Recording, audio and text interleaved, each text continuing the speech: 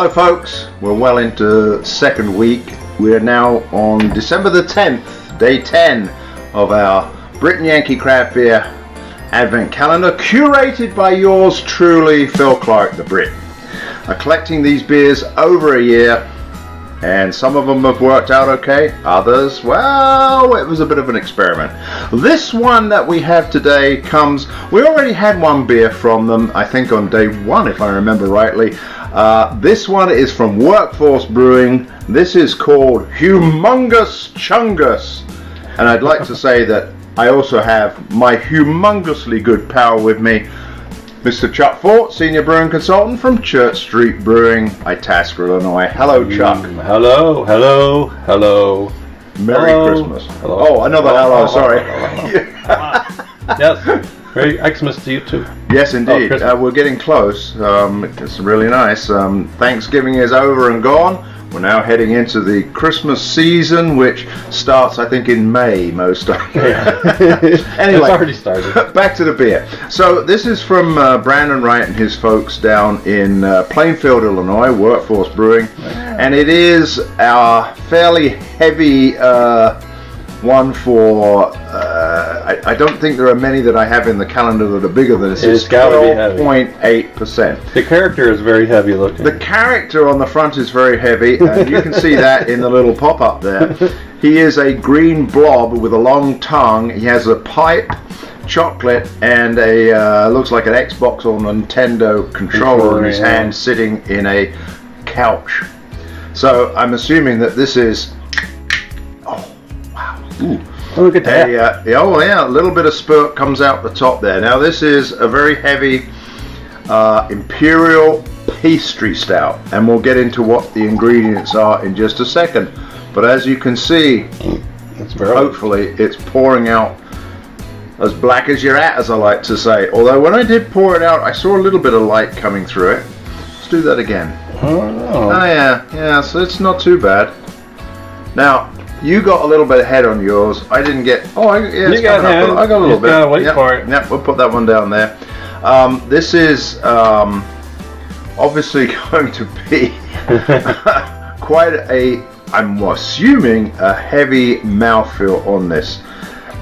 Let me tell you what's in it. Now you're sniffing it, right? You're getting the aromas and everything. Okay. So this is gained a few calories just by doing that. I'm going to put my glasses on again to make sure I get it right. This is a bourbon barrel-aged imperial stout. So this is barrel-aged. It doesn't actually say what's in it. I'm going to refer to my notes over here. Barrel-aged imperial stout with toasted coconut, and that's a little bit of a challenge for me because I don't like coconut and things. Madagascar vanilla beans and Ghanaian cocoa nibs.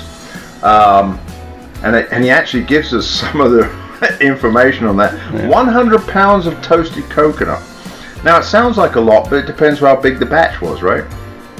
Yeah, I think they have like a 15 barrel or 20 barrel system. I can't remember. Okay.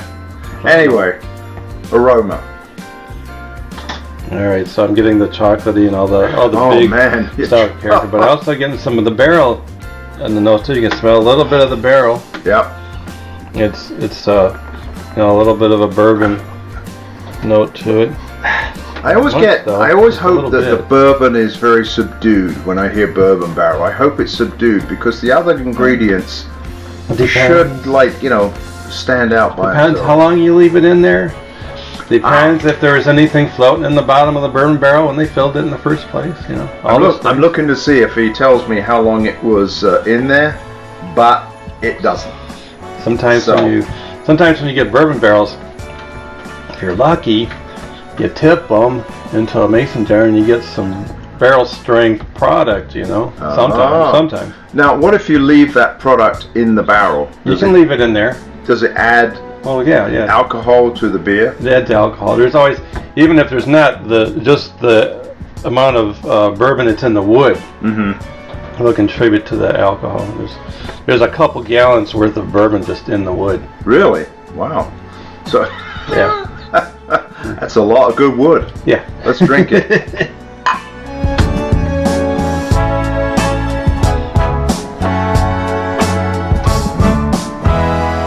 But yeah, the bourbon is not overtaking. No. No, it's. Oh my goodness, it's like. So it's like taking a mouthful of delicious Godiva or Belgian chocolate in liquid form. It's like a Christmassy treat.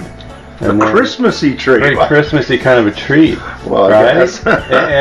But it's not too. It just doesn't dry out in the finish, but it's not overly sweet. The barrel. One thing nice about barrels is if a beer is like too sweet, you throw it in the barrels, it takes some of that away. It is not too sweet, definitely. At the end of it, I get that kind of woof there of the 12.8% alcohol that really kind of floats around your mouth a little bit until you go for the next sip. I don't get any toasted coconut. Well, there's so many flavors. But it's in there, There's so many flavors going on. I mean, a lot of times if you can taste it, they put too much in. They put a little bit of this, a little bit of that, and hopefully the overall effect is good. Now, I don't know when Brandon produced this beer. I know I got this at the beginning of the year. He doesn't seem to put dates on his cans. Obviously, with a beer like this, you really don't need a Best By date, do you? No. Because you could probably hang on to this for 10 years, crack it open, and it's probably going to be great. Yeah. But, I'm so glad I'm not getting any toasted coconut. I definitely get the vanilla because, that's kind of like that nice tempering characteristic. Yeah, you get the vanilla and the little bit of the cocoa nibs a little bit. Yeah, the cocoa nibs, and of course, there's the nice thing about his cans is he puts a lot of information on them. And interestingly, he says that it's hopped with Pico hops, P-E-K-K-O. Oh, that just ruins it for me. The hops are just completely wrong. And it's like, for goodness sake, can you actually taste the hops in a beer like this? I don't think so. It's got them. That's good. It's got them. It's good. Yeah, right. The other thing that's interesting is it has a Golden Promise malt. Now, for me, a Golden Promise says it's going to be a golden malt. It's going to lighten it up or something, right? Well, yeah, it's probably part of the base malt. Golden Promise. Have you used that one? Yeah, from time to time. It's I know other people that use it. It's a good malt. It's but you're not going to really taste it here because the other flavors dominated. It's the base malt. Yeah. It's good base malt. Yeah. Well, a fantastic job here from Werk Force again. The first one was absolutely fantastic. That was the inflatable cool ship Habitat, which was a barley wine. And Chuck, go back go back and look at it. Hopefully you've been subscribing, right? I think that this beer is really well balanced and a little dry at the end, which means I want to go back to get some more and smooth this around. You got to have that. Very nice for day 10, do you think? Now we have crystal glasses here, so hopefully we'll get a nice clang. Merry Christmas to you. It's coming close. Merry Christmas to you. Oh, that was a nice sound. Let's do it again. Nice. Oh no. Oh, delicate. Love it. Unusual for you, Joe. Cheers. We'll see you tomorrow. We're nearly halfway through. Oh wow. Hello. Yep. Oh. Yep. Okay. Oh. Here we go. Oh my God. 12.8. Are you staying over tonight? Yeah.